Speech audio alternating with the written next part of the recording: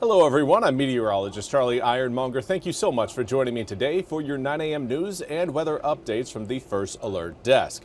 Coming up tonight, there's going to be another hearing and a discussion about the future of Southwest Snowden School. The hearing to discuss the future of the school in Aurora will be held at 5:30 p.m. tonight at Southside High School, located at 5700 on North Carolina Highway 33.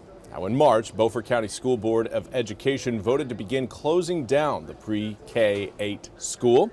Officials say the decision to begin closing the school was due to state funding allocation challenges and decreased enrollment numbers.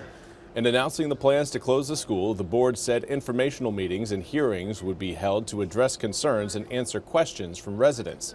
The first community forum was held back in April when residents expressed the impacts the closure would have on students and parents, including a longer commute to other Beaufort County schools.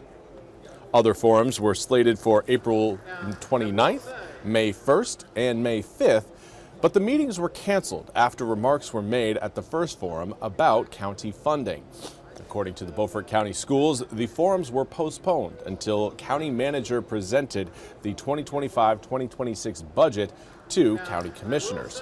An agenda for the June 2nd commissioners meeting says the board will talk about Southwest Snowden. And now we turn our attention to the big story that broke overnight last night, the pause on tariffs. NBC's Peter Alexander has more on the three-panel judge decision that has blocked President Trump's biggest accomplishments yet in office. Overnight, a federal court slamming the brakes on President Trump's sweeping tariffs. It's our declaration of economic independence. The U.S. Court of International Trade ruling that the president does not have the authority to impose those steep tariffs on allies or adversaries. The court, in two separate cases, tossing out the tariffs the president imposed under a nearly 50-year-old emergency economic law that had never been invoked in a situation like this. The suits were filed by small businesses and a dozen states, arguing that President Trump violated the Constitution, which grants Congress, not the president, the authority to set tariffs. The administration already appealing, with a White House spokesperson arguing it is not for unelected judges to decide how to properly address a national emergency. The ruling injecting new uncertainty into the president's on-again, off-again tariffs, with many businesses complaining his chaotic approach has made it impossible to plan their purchases ahead. Thank you very much.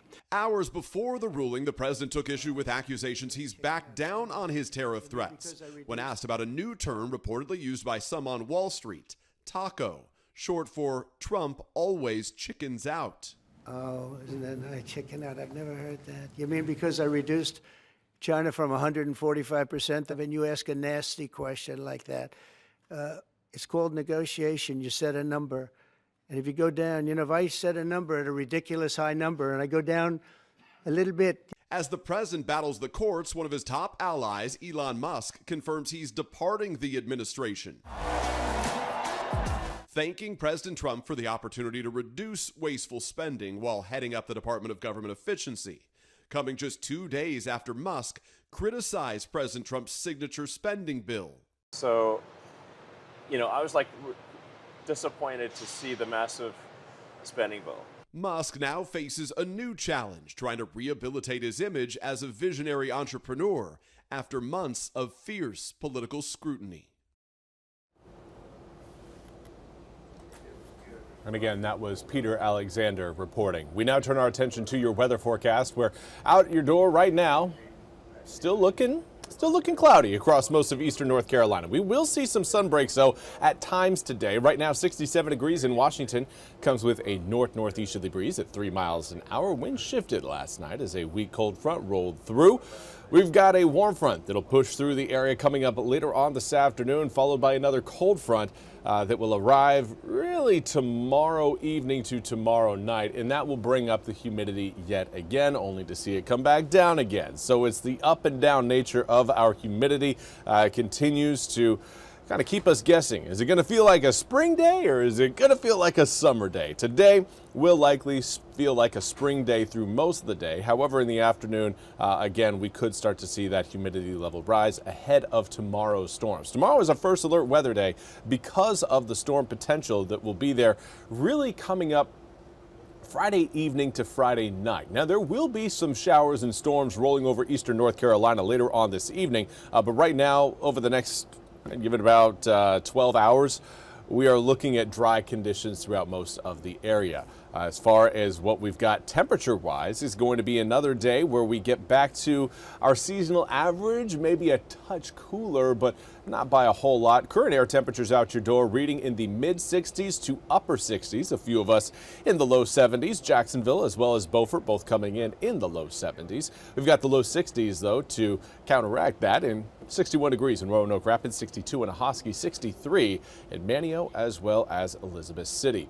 Now let's talk about those rain showers as they roll through eastern North Carolina. It's going to again be mostly a Friday wet day. Today we're going to be mostly dry. There could be again a few spotty showers and maybe a stray thunderstorm coming up late this afternoon into the evening hours. But I think most of the rain we're going to be tracking today will be showing up once we get past 8 p.m. tonight.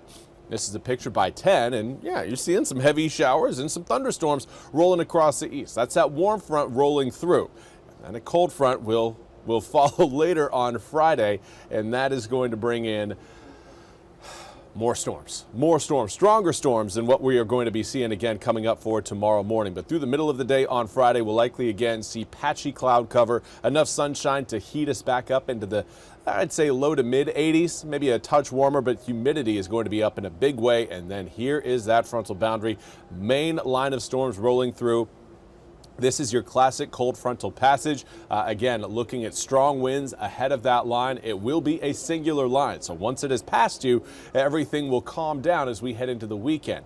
That's something you can rest easy knowing that it's just one shot of strong to severe storms, and then things will calm back down again as we head through your Friday night. Saturday morning, though, we may have a few showers trying to linger closer to the coast. I don't think we're going to be seeing extensive rain coming up on Saturday, but we'll certainly see maybe some leftover showers early on in the morning again near the beaches.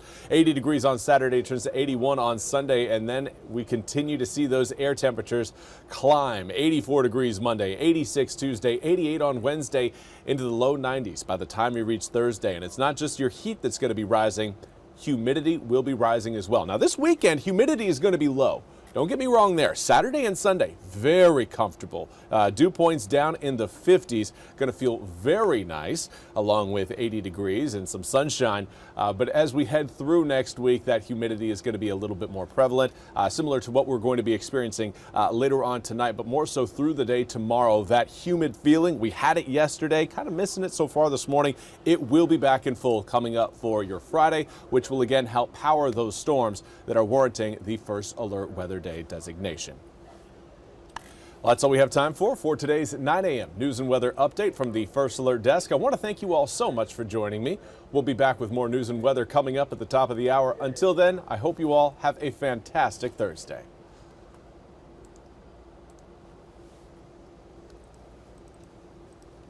This hour of the WITN First Alert Desk is sponsored by ENC Pirate Realty.